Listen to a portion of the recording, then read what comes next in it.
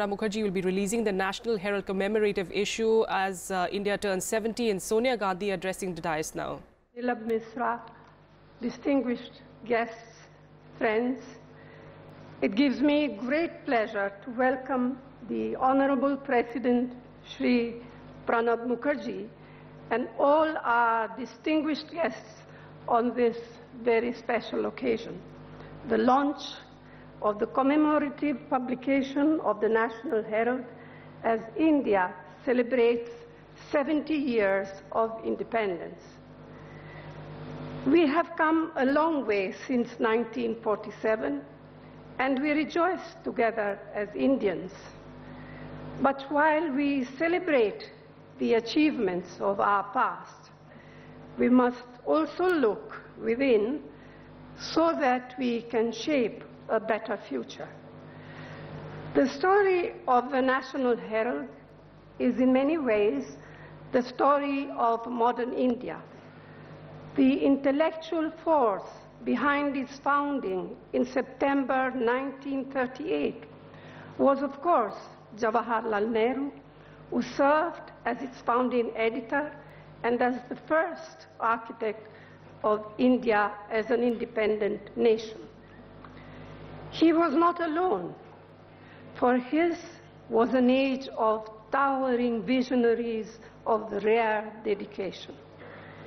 He followed in the footsteps of Mahatma Gandhi and other great pioneers, and in turn was accompanied by a host of luminaries, the like of which few countries or societies have witnessed.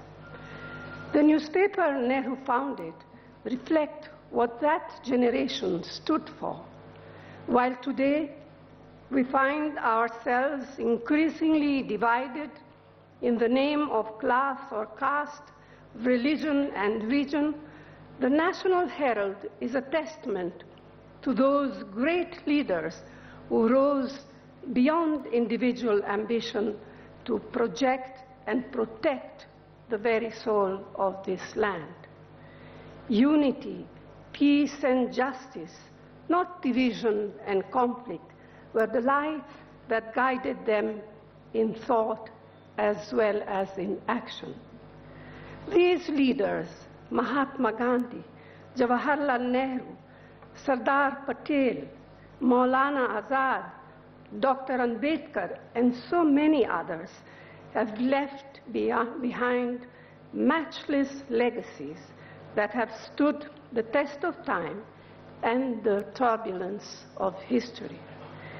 It is one of the ironies of our present times that the soaring reach of their work is now sought to be either obliterated or in some cases appropriated by individuals and groups who are in direct opposition to their beliefs and principles.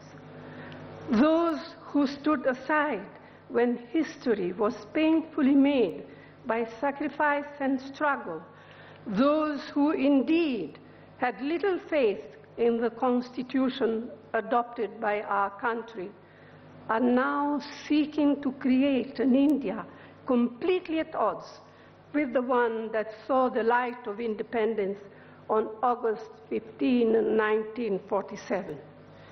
Let us not forget that they made no sacrifices to shape India's destiny. Their language is modern. They seek to take India backward to further their narrow sectarian vision. Their modern jargon conceals pre-modern beliefs, concepts that are at odds with the progressive and inclusive thought, with contemporary knowledge, and with a vision for the future. It is our duty to pull away the hypocrisy and reveal the reality lurking beneath. Today, that tried and tested idea of India has been thrown fundamentally into question by rising intolerance, by malevolent forces that tell Indians what they cannot eat, who they cannot love, what they cannot say, indeed, what thoughts they cannot hold. And all this is being encouraged by a culture of vigilante violence actively supported by those who are supposed to enforce the law. Such examples assault our consciousness almost daily. India has reached a crossroads marked by increasing threats of authoritarianism and bigotry.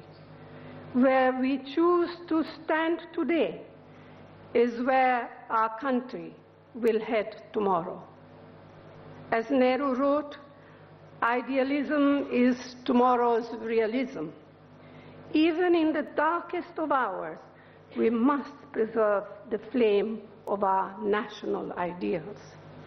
If we accept, without scrutiny, without question, without a challenge, the fallacies and policies and follies we are witness to today, we will leave for our children, for our future generation, a land of injustice, a legacy of trauma, and a country divided and broken. We are in a war of ideas. We wage this war to preserve our ideals, which have built India up as a model of democracy, diversity, and coexistence. When these ideals are threatened, India itself is in danger. And if we do not raise our voices, if we do not speak up, our silence will be taken as consent. We have daunting enough battles to fight against injustice, against poverty, against prejudice, against patriarchy, against malnutrition, against illiteracy, against communalism, but we must also prevail in this greater war for the soul of our nation. Ours is a mission to preserve the credibility and sanctity of our institutions in their democratic design. Mahatma Gandhi's ideas of truth, Jawaharlal Nehru's celebration of pluralism, Sardar Patel's vision of unity, Dr. Ambedkar's legacy of social justice. These are what we must fight for. The National Herald evokes a time when nationalism fought foreign rule. But domestic misrule is as great a challenge for our country. At a time when the inclusive conception of our nation is under attack, and the press is pressured to obey and applaud rather than to question, speaking truth to power is the imperative of our age. The National Herald is a reminder of what is precious about the India its founders fought to free. So let us work together for its success, for the ideals it embodies. Let us work together to safeguard an India in which each person's voice can be raised and heard. Most of all, the voices of those who question and disagree. We recognize today that it is only through such an ongoing conversation, always lively, often even heated and noisy, that our future as a united and peaceful India can be affirmed and ensured. Thank you. Jai Hind.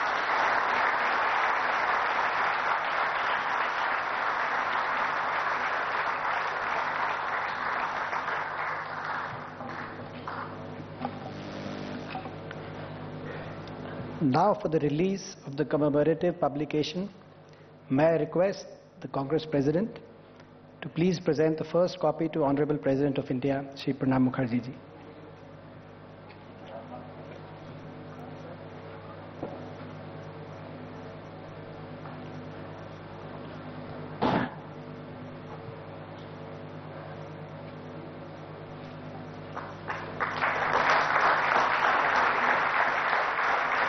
Now may I request the National Herald team to present copies to the dignitaries.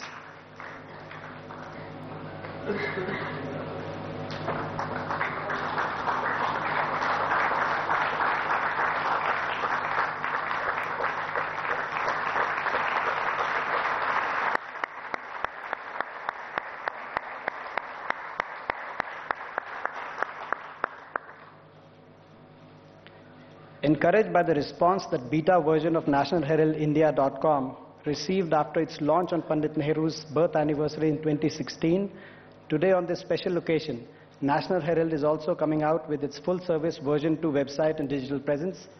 As the commemorative publication was released, a full-service website has also gone live.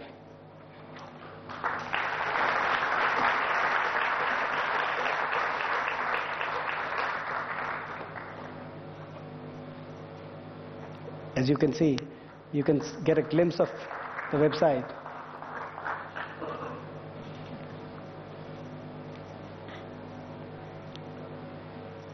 आज हमारे मुख्य अतिथि भारत के प्रथम नागरिक हैं।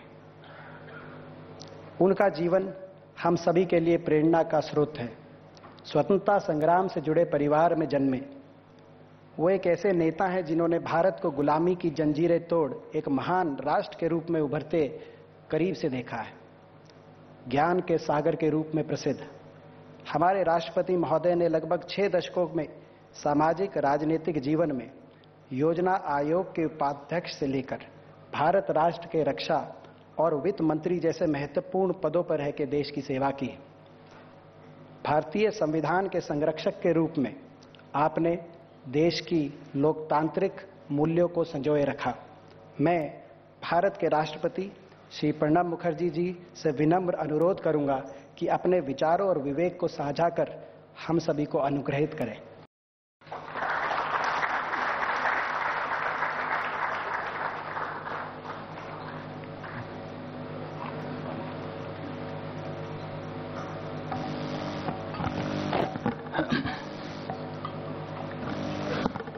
Good evening,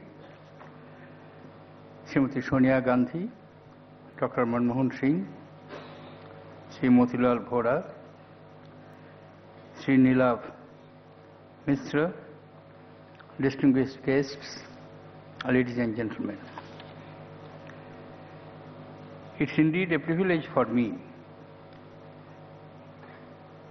to be present amidst you on this happy occasion and receiving the first copy of the relaunched National Herald. Today, a soldier and a witness of the Indian freedom struggle has risen again. National Herald began its journey during the dark days of colonial years. That was an era where subjects of the crown refused to accept subjugation as their fate. They aspired to be free citizens of a free land, to be masters of their own fate. National Herald gave voice to the freedom movement, but more than that, it gave a voice to the hopes and aspirations of every Indian. It represented a cause, the cause of freedom. Commercial considerations were always secondary and almost non-existent.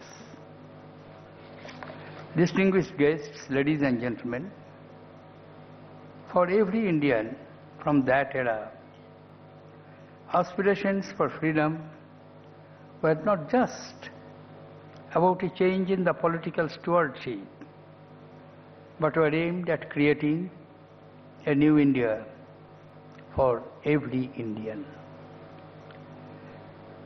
Mahatma Gandhi, Pandit Jawaharlal Nehru, Sardar Vallabhbhai Patel, Maulana Abul Kalam Azad, and many others,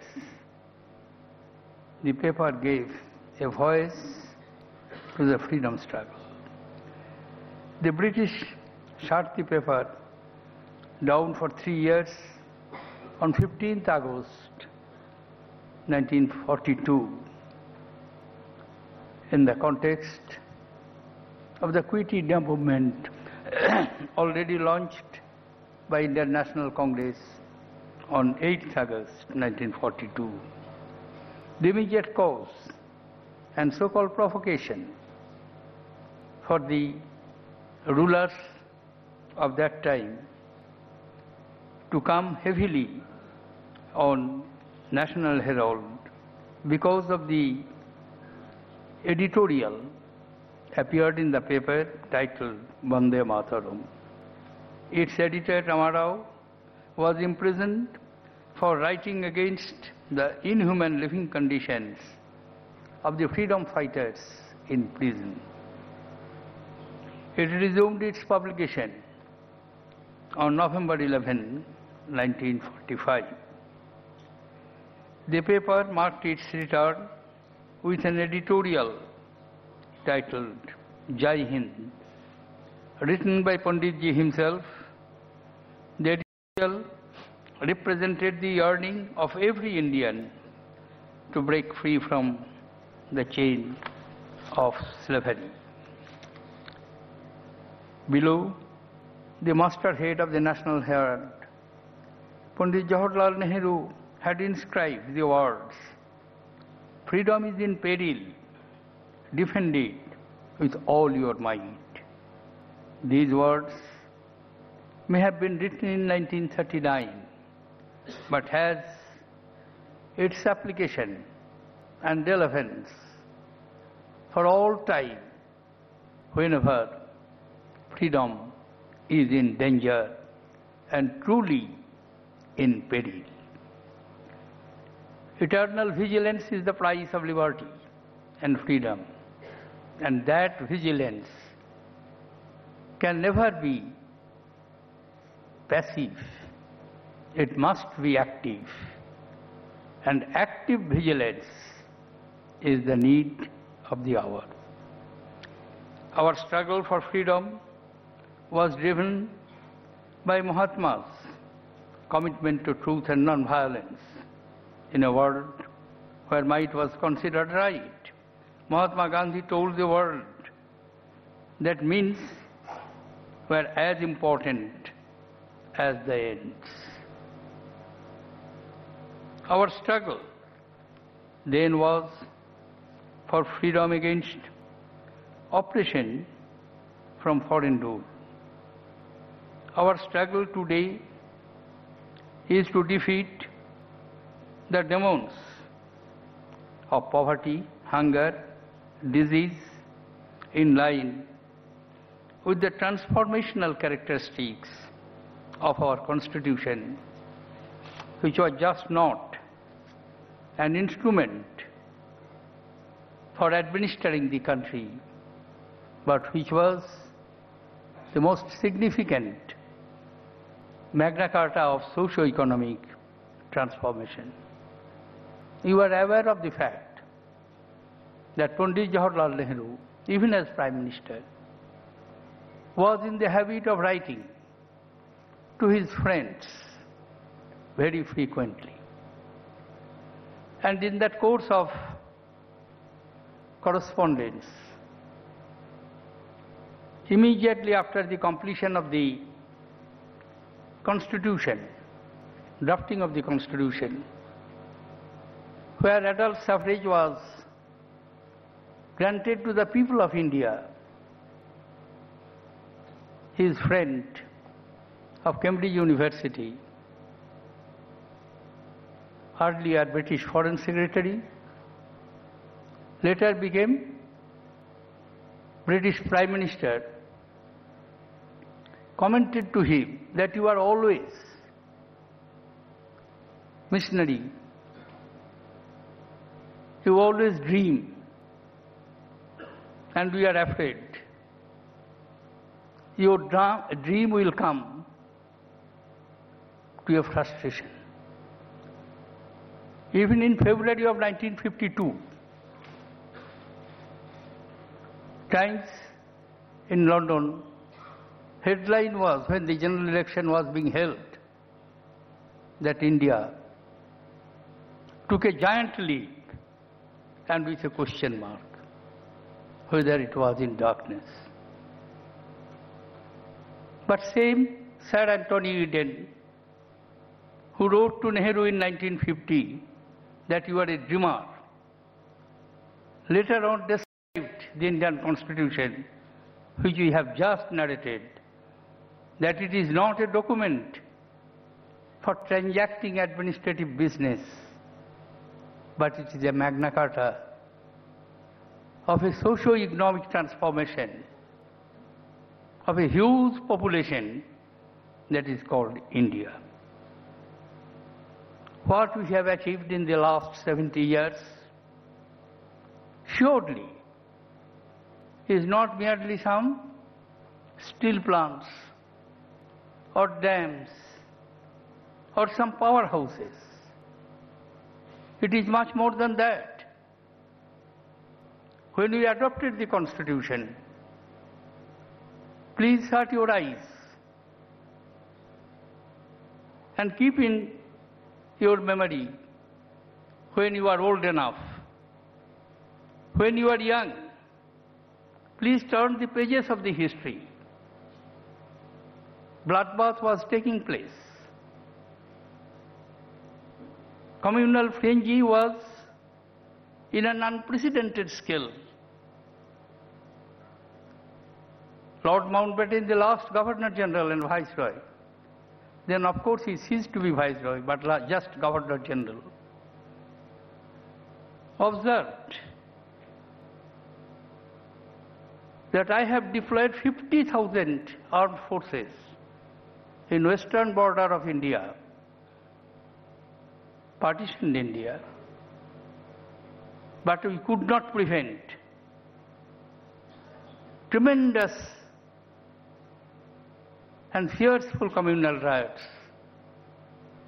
But on the eastern sector, I have peace, because there is one-man boundary force, Mahatma Gandhi, who is traveling in the villages of then East Bengal, now Bangladesh. In that context,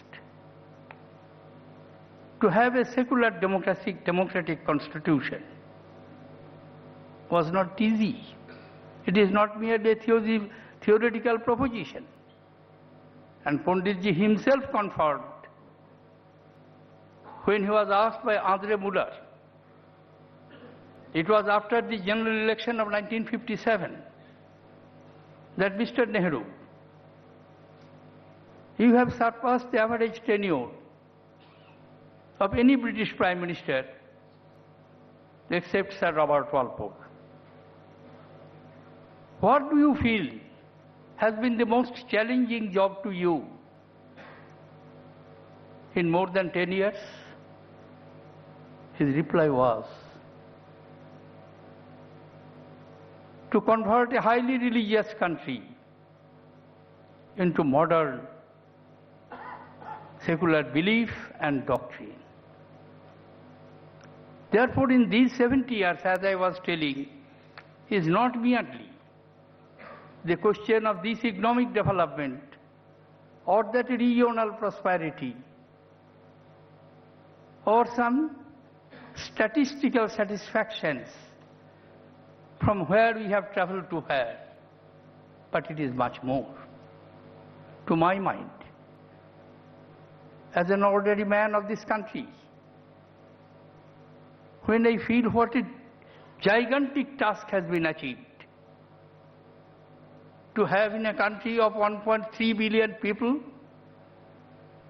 when your daily life, 200 Indian languages and dialects are being used in some part of the country or other, all major 7 religions of the world are being practiced in some part of this country, all 3 major ethnic groups in huge conglomeration, Dravidians, Caucasians, Mongoloids, are living in a united country, under one constitution, under one flag, in peace and harmony.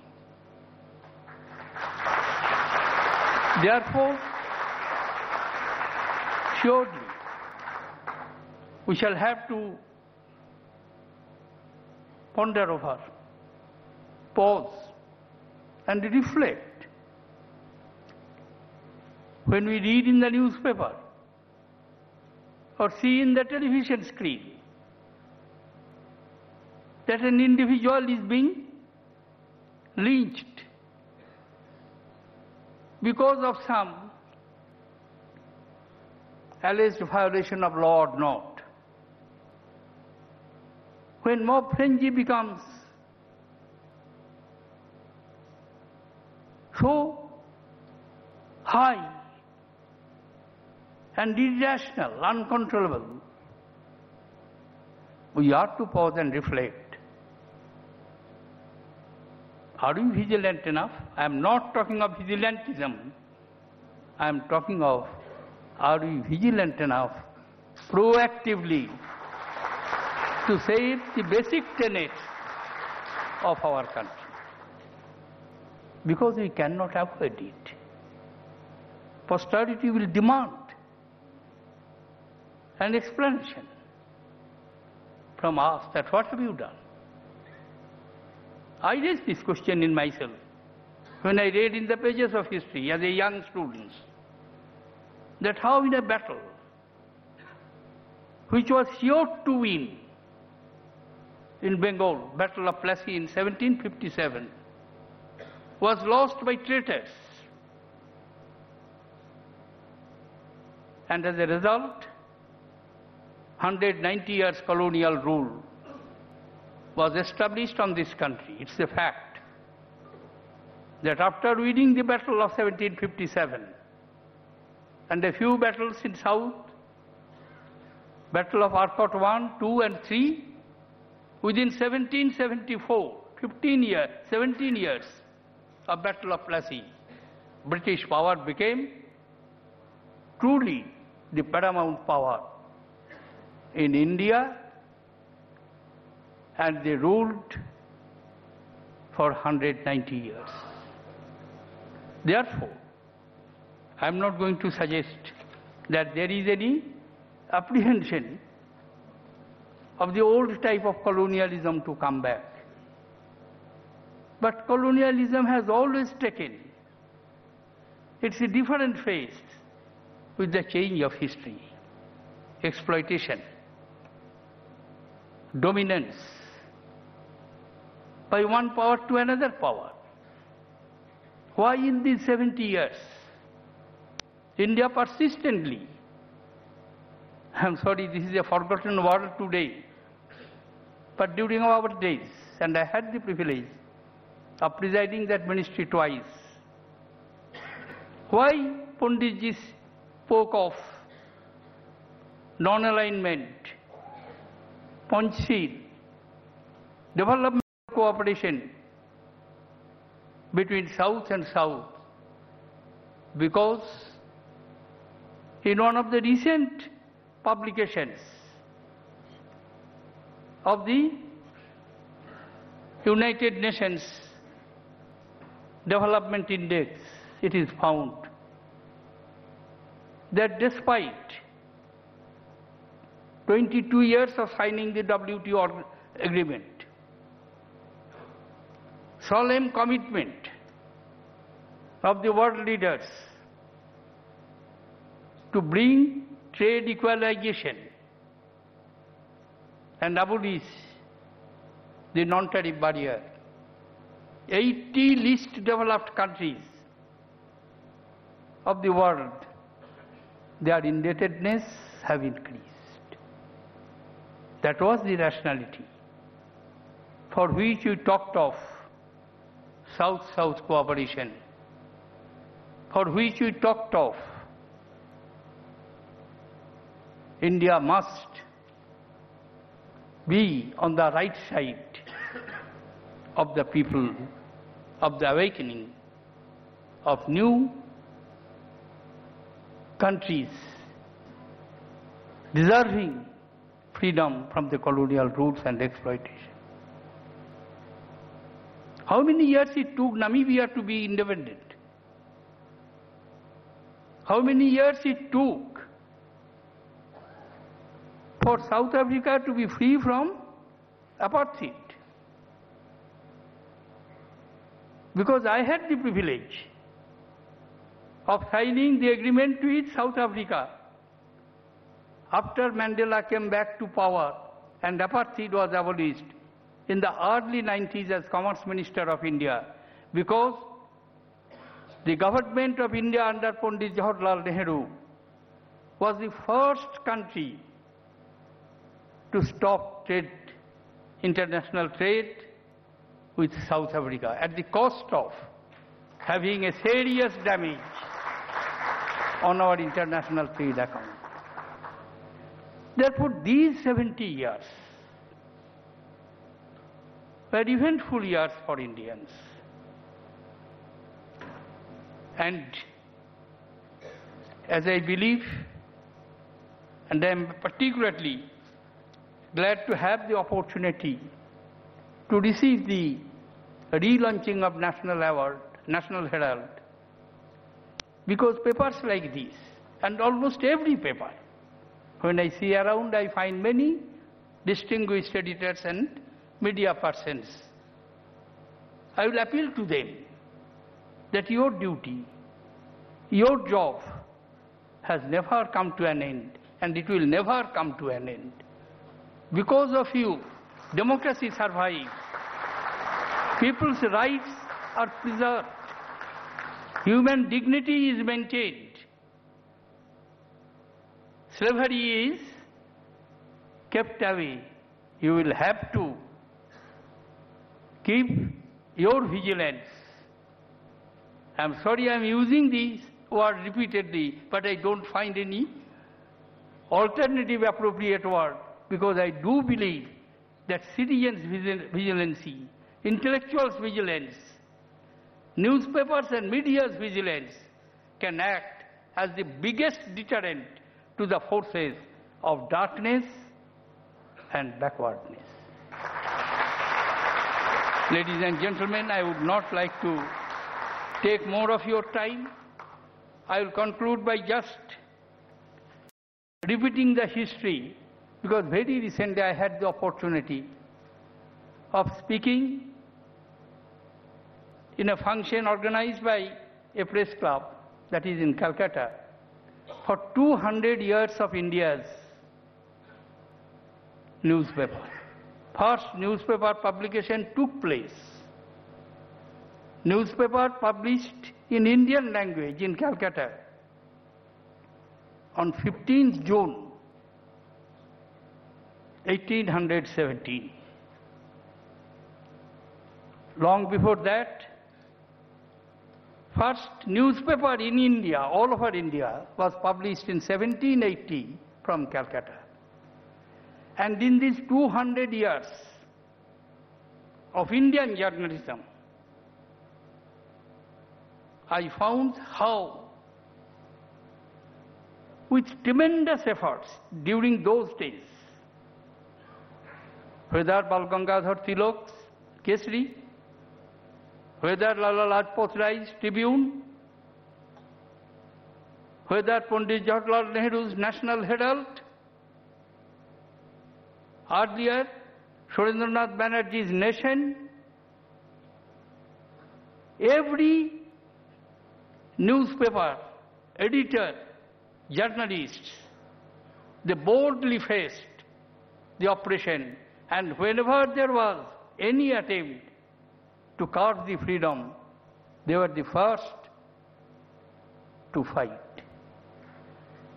Therefore, always we shall have to keep in mind what was said by one eminent journalist, that my motto is nothing but freedom first, freedom now, freedom forever. Thank you, ladies and gentlemen. Jai Hind.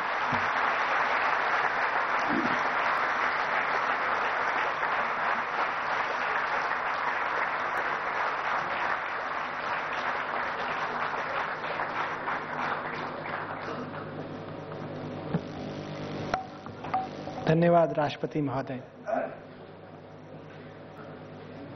जैसा कि आप सभी जानते हैं, अखबार में संपादक का स्थान जहाज के कप्तान की तरह है। हम सौभाग्यशाली हैं कि हमारे जहाज की कमान नीलाभ मिश्र के हाथों में है। प्रतिभा, विवेक और नैतिकता के धनी नीलाभ जी ने निर्भीक पत्रकारिता के परचम को सदैव बुलंद किया है। मैं नीलाभ जी से आग्रह करूंगा, आमंत्रित करूंगा कि वो आएं और सभा पटल पे धन्यवाद प्रस्ताव रखें। नीलाभ जी।